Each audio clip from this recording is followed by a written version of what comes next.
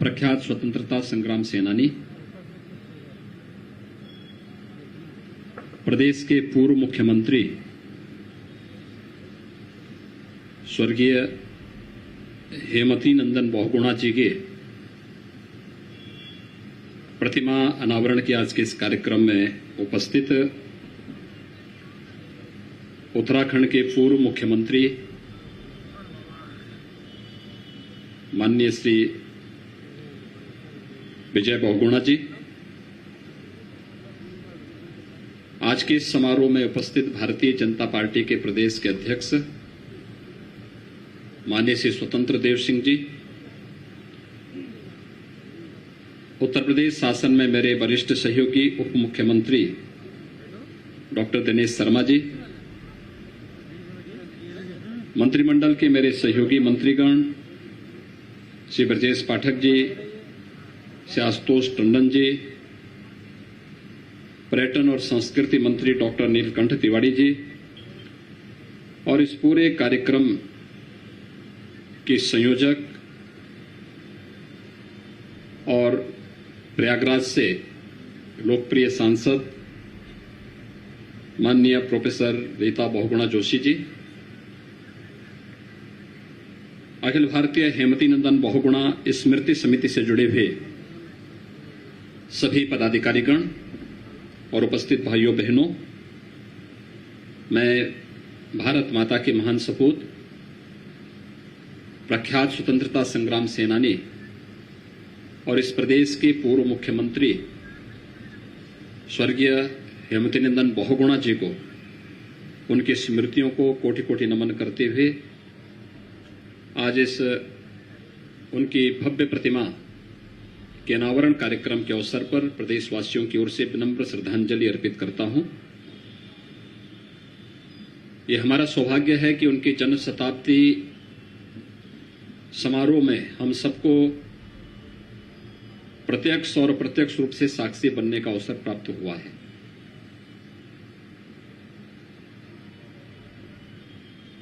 उनकी पुत्री और मंत्रिमंडल में मेरे सहयोगी रही, इस समय लोकप्रिय सांसद के रूप में प्रयागराज की जनता की सेवा कर रही हैं। प्रोफेसर रीता बहुगुणा जोशी जी ने 2018 में शताब्दी समारोह कार्यक्रम का शुभारंभ किया था और उस समय इस बात के लिए मैंने स्वयं इस बात का ऑफर किया था कि बहुगुणा जी का व्यक्तित्व हिमालय की तरह विराट था और उनकी प्रतिमा लखनऊ में कहीं दिखाई नहीं देती है। उनका कार्यक्षेत्र प्रयागराज था, लेकिन साथ साथ लखनऊ पर भी उनका उतना ही प्रभाव था। मुख्यमंत्री के रूप में उन्होंने विकास की जो योजनाएं प्रदेश को दी, लखनऊ को दी, प्रयागराज के लिए कार्य किया, वह अभूतपूर्व थी उस कालखंड में। और इसलिए प्रदेशवासियों का दायित्व बनता है कि अपने दिवंगत नेता के प्रति कृतज्ञता ज्ञापित करते हुए हम श्रद्धांजलि अर्पित करें। आज का इस समारोह स्वर्गीय हेमवती नंदन बहुगुणा जी को, उनकी स्मृतियों को, प्रदेश शासन के प्रति उनकी विकास की सोच को और प्रदेश को जिन मानवीय और लोकतांत्रिक मूल्यों के कारण हम सब आज देश के अंदर संसदीय लोकतंत्र की अनुभूति कर पा रहे हैं, उन सब के प्रति उनकी प्रतिबद्धता के प्रति स्मरण करें, उनके प्रति विनम्र श्रद्धांजलि अर्पित करें। मित्रों, बहुत आसान होता है बड़ा व्यक्ति अगर उस विरासत को आगे बढ़ा ले, लेकिन छोटे से गांव से चलकर के विपरीत परिस्थितियों का सामना करते हुए गुलामी के उस कालखंड में संघर्षों का रास्ता अपना करके अपनी राह बना रहा हो, यह बिरला ही देखने को मिलता है। और स्वर्गीय सदैव हेमवती नंदन बहुगुणा जी का व्यक्तित्व उन्हीं चुनौतियों से होकर के गुजरा है।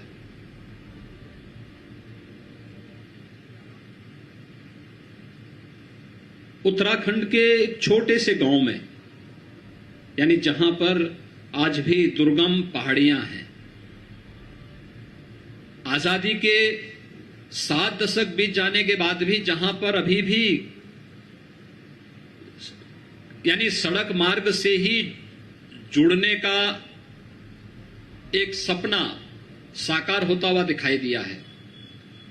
100 वर्ष पहले की कल्पना आप कर सकते हैं क्या रहा होगा पौड़ी गढ़वाल का वो गांव जहां उनका जन्म हुआ होगा।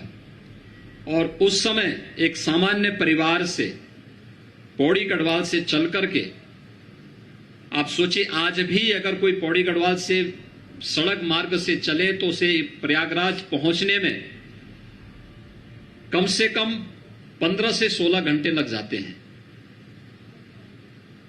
उस समय उस छोटे से गांव से चल करके प्रयागराज में आना, इंटर कॉलेज में एडमिशन लेना, फिर इलाहाबाद विश्वविद्यालय में अपनी स्नातक की पढ़ाई के लिए प्रवेश लेना और फिर देश की आजादी के आंदोलन के साथ जुड़ करके अपने अध्ययन को भी जारी रखना, लेकिन साथ साथ देश को उस समय आंदोलन की आवश्यकता थी। भारत छोड़ो आंदोलन जब देश के अंदर 9 अगस्त 1942 को प्रारंभ हुआ तो प्रयागराज में जिन युवाओं का नेतृत्व इस आंदोलन को प्राप्त हो रहा था वह नेतृत्व था स्वर्गीय सदैव हेमवती नंदन बहुगुणा जी का, जिनकी स्मृति को आज हम सब यहां पर स्मरण कर रहे हैं।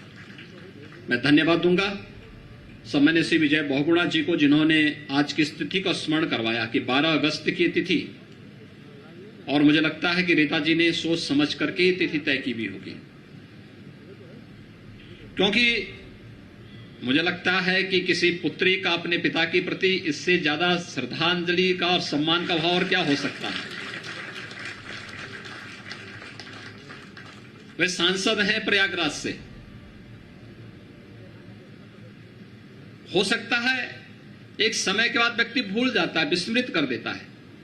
आपने देखा होगा बहुगुणा जी की कितनी भव्य प्रतिमा है, और ये प्रतिमा जब पहली बार आई तो मुझे थोड़ा अच्छा लग रही थी, लेकिन मैंने मूर्तिकार से कहा, मैंने कहा भी देखो रीता जी को एक बार थोड़ा दिखवा लेना, जब वो पसंद करेंगी उसी मूर्ति को लगवाना। विभाग से मैंने साफ कहा था, रीता जी ने नकार दिया, कहा नहीं नहीं ये मूर्ति नहीं रहेगी।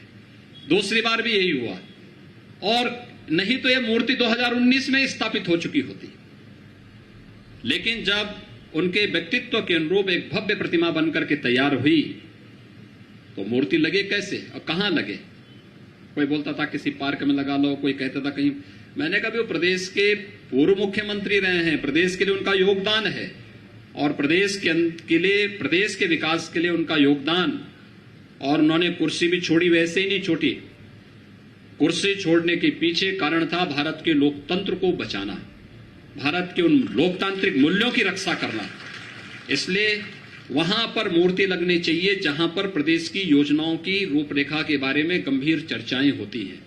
और मुझे प्रसन्नता है कि प्रोफेसर रीता बहुगुणा जोशी जी ने उस स्थान का चयन योजना भवन के सामने किया, और योजना भवन में आज एक भव्य प्रतिमा स्थापित होकर के स्वर्गीय हेमवती नंदन बहुगुणा जी के व्यक्तित्व के, विराट व्यक्तित्व को, सचमुच उनका व्यक्तित्व हिमालय जैसा विराट था। आप देखें प्रयागराज में उनकी उतनी पकड़, लखनऊ में भी उनकी उतनी पकड़ थी, और उत्तराखंड में भी उनकी उतनी ही पकड़ थी। तीनों जगह पर उनका बराबर का वो रहा। और आज भी होता है, व्यक्ति एक समय के बाद जब व्यक्ति रिटायर हो जाता है, रिटायरमेंट के बाद साल, 2 साल, 4 साल, 5 साल, 10 साल के बाद लोग विस्मृत कर देते हैं, लोग भूल जाते हैं। मैं प्रयागराज जाता हूं, आज भी बहुगुणा जी की स्मृतियां वहां पर हैं। लोग आते हैं मेरे पास, जनप्रतिनिधि आते हैं कि फलाने प्रोजेक्ट को बहुगुणा जी ने लगाया था, एक समय के बाद उसका कार्यकाल समाप्त हो चुका, यहां पर कोई नया उद्योग लगे। प्रयागराज के अंदर नैनी और उसके आसपास के क्षेत्र में आप औद्योगिक विकास की जिन बातों को वहां पर मूर्त रूप से देखते हैं, वह परिकल्पना किसी और की नहीं थी, स्वर्गीय हेमवती नंदन बहुगुणा जी की थी। व्यक्ति का कृतित्व इसी रूप में स्मरणीय हो जाता है। लखनऊ में भी अनेक ऐसे स्थल, और इसीलिए हम लोगों को लगता था कि प्रयागराज के बाद लखनऊ में बहुगुणा जी की कोई भव्य प्रतिमा नहीं है।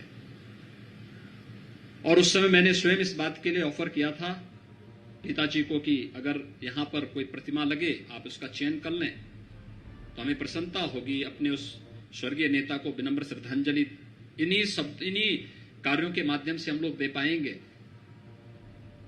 उत्तराखंड में भी आप देखेंगे बहुगुणा जी के बारे में हर व्यक्ति जानता। आज भी इतने वर्षों के बाद भी हर एक व्यक्ति के मानस में स्वर्गीय हेमवती नंदन बहुगुणा जी की स्मृतियां बनी हुई हैं।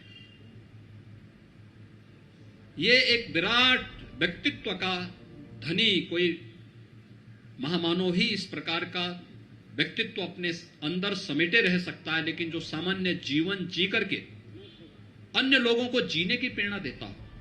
और यही तो स्वर्गीय बहुगुणा जी ने किया था। और आज हम सब का सौभाग्य है कि हमें स्वर्गीय बहुगुणा जी को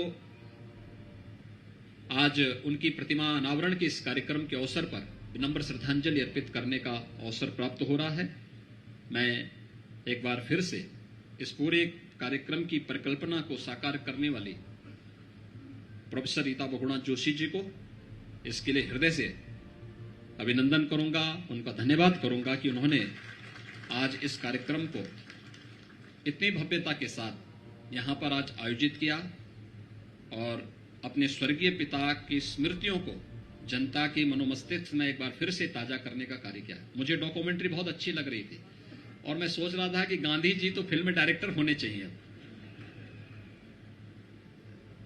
देखना अपने ये चीजें होती, व्यक्ति की सोच उसकी सकारात्मकता दिखाती है। आने वाली पीढ़ी को चीजें पता लगनी चाहिए। मुझे प्रसन्नता है कि उत्तराखंड सरकार ने सरदेव बहुगुणा जी के जन्मभूमि पर उनका एक भव्य स्मारक भी बनाया है, म्यूजियम भी बना है, वहां पर उनकी प्रतिमा भी वहां लगी है। आज भी कोई वहां जाएगा तो बड़ा दुर्गम क्षेत्र है, लेकिन उन विषम परिस्थितियों में वहां से आकर के इतने बड़े प्रदेश को, जब उत्तराखंड उत्तर प्रदेश एक रहा होगा, कितना विस्तृत रहा होगा, कितना विशाल रहा होगा। उस समय उन विपरीत परिस्थितियों में जब राजनीतिक संक्रमण का दौर चल रहा था, तब नेतृत्व देना या स्वयं के व्यक्तित्व को निखार करके संघर्षों के माध्यम से आगे बढ़ाना, देश की स्वाधीनता आंदोलन को आगे बढ़ाना, राजनीति में भी उसी प्रतिबद्धता के साथ आगे कार्य करते हुए आगे बढ़ना, गरीबों के लिए, वंचितों के लिए, समाज के विभिन्न तबकों के लिए बिना भेदभाव के कार्य करना, और जो समय उन्होंने उदाहरण प्रस्तुत किए, आज हर व्यक्ति उसके प्रति कृतज्ञता ज्ञापित करता है। मैं प्रदेश शासन की ओर से आयोजन समिति को हृदय से धन्यवाद देता हूं। पर्यटन और संस्कृति के मंत्री और विभाग के प्रमुख सचिव और विभाग के उन सभी अधिकारियों को जिन्होंने इतनी भव्य प्रतिमा यहां पर स्थापित करने में अपना योगदान दिया, और जब भी कोई संशोधन के लिए कहा जाता था उनके द्वारा पूरी तत्परता के साथ इस कार्य को यहां पर किया जाता था। मुझे प्रसन्नता है कि ये कार्यक्रम आने वाली पीढ़ी के लिए, इस प्रकार के आयोजन और इस प्रकार के कार्य आने वाली पीढ़ी के लिए एक नई प्रेरणा के केंद्र बिंदु बनेंगे। मैं एक बार फिर से प्रदेश शासन की ओर से स्वर्गीय हेमवती नंदन बहुगुणा जी को उनकी स्मृतियों के लिए कोटि कोटि नमन करते हुए विनम्र श्रद्धांजलि अर्पित करता हूं। धन्यवाद। जय हिंद। हेलो, बहुत बहुत धन्यवाद और आभार माननीय। आपके आशीर्वचनों से हम सब अनुग्रहित हुए।